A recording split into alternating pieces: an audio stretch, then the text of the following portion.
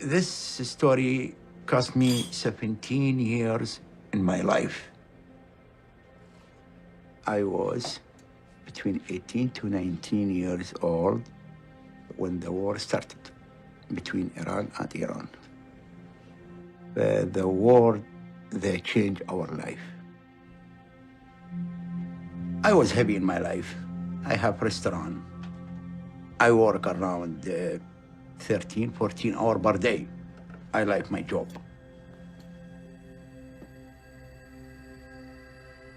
I have a special girlfriend. I love her, she loves me. When I army was pregnant, I told her, listen, but I can't do anything until I finish the war. And I promised her every time I will marry you when I come back, when the war finish, give me a couple months, we will be married. She cried, she has no answer.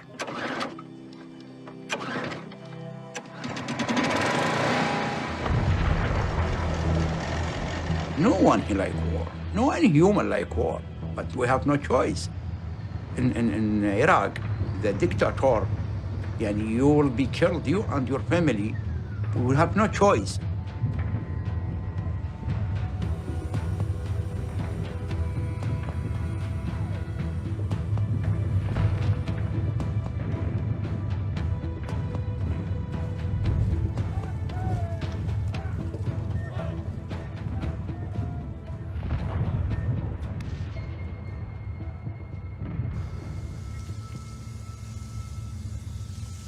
I had a 13-and-a-half-year-old and joined the army. My father, abused me and hit me. That's why I decided to run away from the home and I joined the army. I have a nightmare and I'm trying to forget everything, but I cannot. It's stay in my mind, I think forever.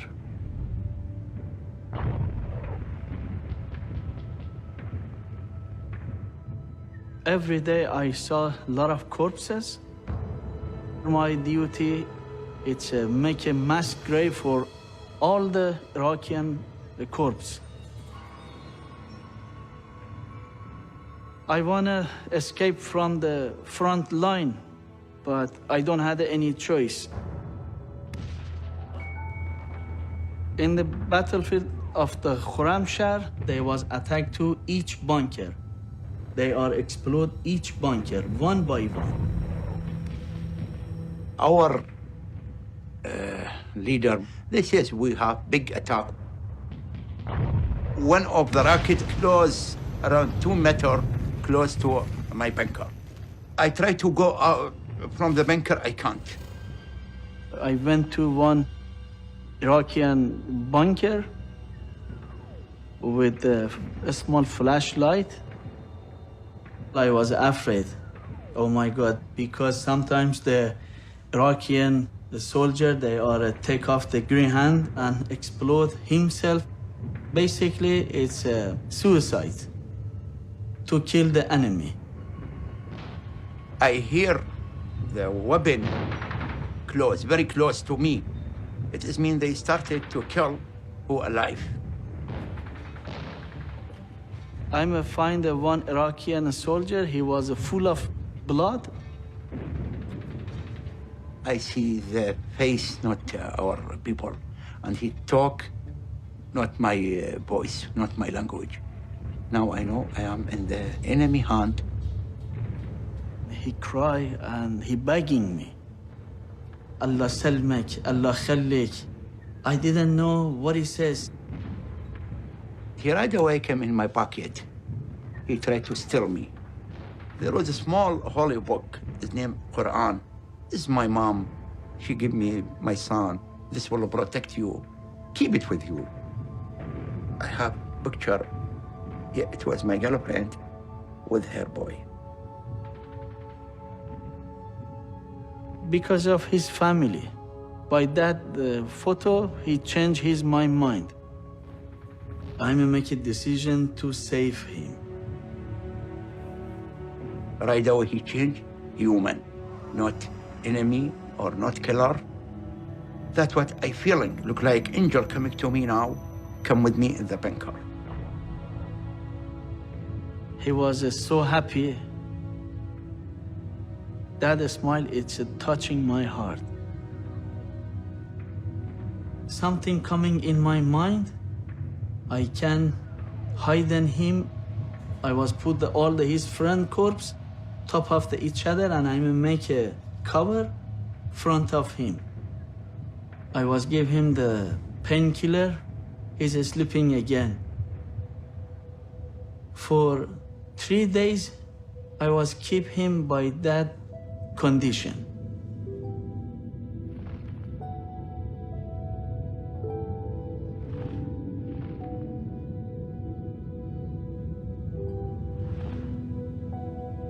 I never hear about the soldier Iranian save the Iraqi soldier during the fighting. During the fighting, I never see him again. I never see him again.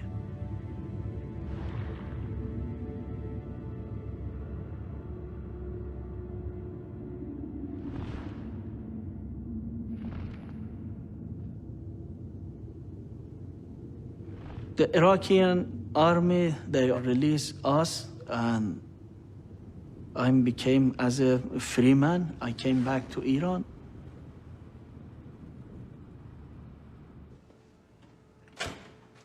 Hey, John. Good morning. Where's that? How are you doing? Oh, there's a lubrication point. When I tried to came back to my family, and I pushed the buzzer, the lady, she came out and she says, their son during a war, he died and they moved to another province. Nobody knows I'm still alive or I'm died. They are making a grave for me.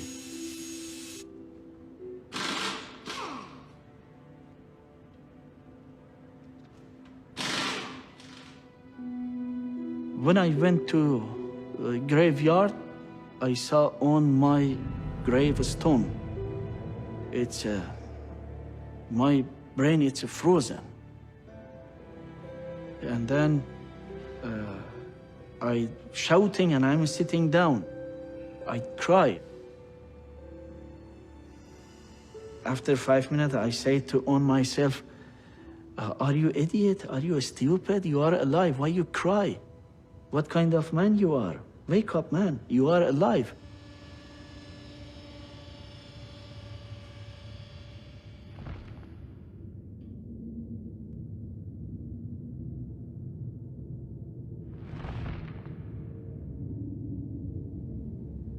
Well, the news then, when we heard, they say Najah is still alive.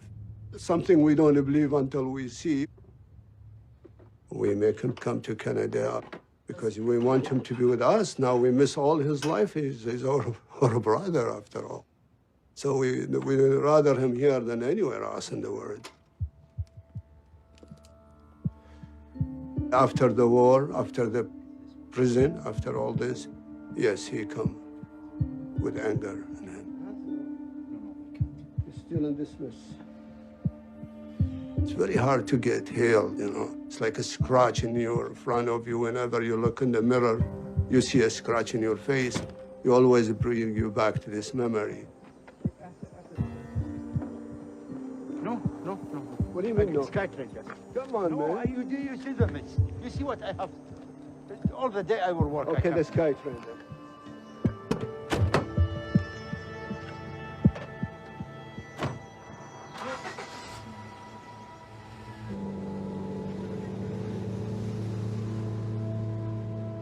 It was so hard to have a normal life.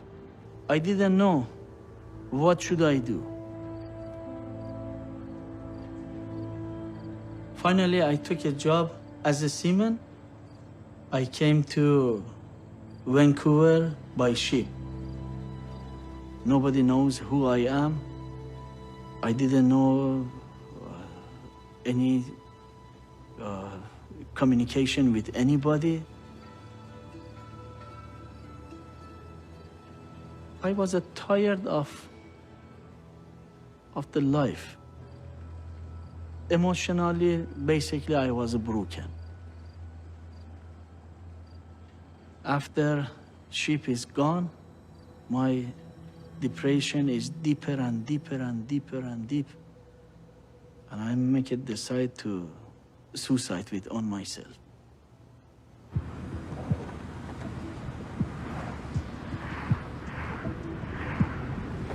My roommate and his friend, they say to me, go to West. Vancouver Association Survivor Torture. And I went there.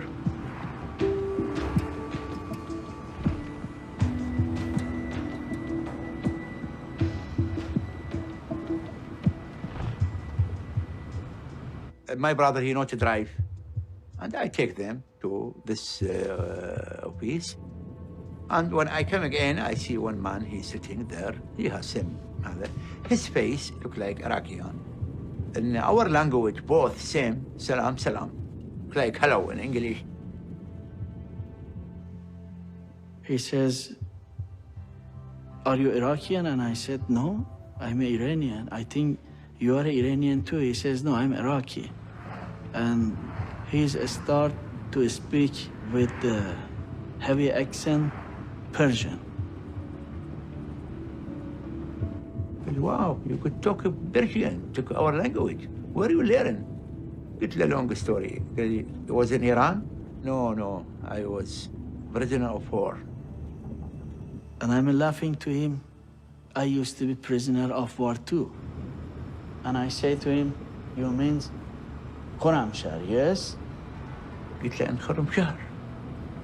قال I was soldier this one. Which day? I give him the time. Which bunker you was been there? He says, I don't know, one Iranian soldier, he doesn't have any beard, any mustache. And I catch him. Will you have whole book with your girlfriend, with your son? How you know? Well, okay. He started to shake. Then I said, on the right arm, so you have a mark, top of your belly button. You have a bunch of stitches. And he says, yeah, you're right. He's same. He's look like surprised. Me, started to shout. We make noise. We make noise in this office. The story I told you about the soldier, he is in Canada now. I meet him. Where you been?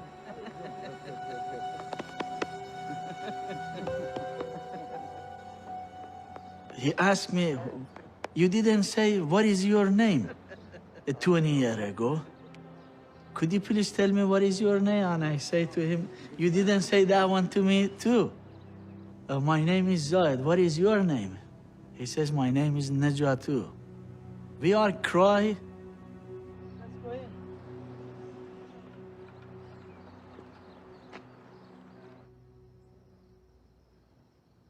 Out of 36 million human beings in Canada, they both meet right there. It's a miracle, you know. He was miserable. Now, every time I see him, I try to help him. We are like a brother now. Yani, we are real brother. When I met Naja, he was catch my hand from darkness and move me to light. He was show me the way. I never think one day one Iraqi, it's gonna be part of my destiny, part of my life, part of my body, part of my memory. This time, he helped me.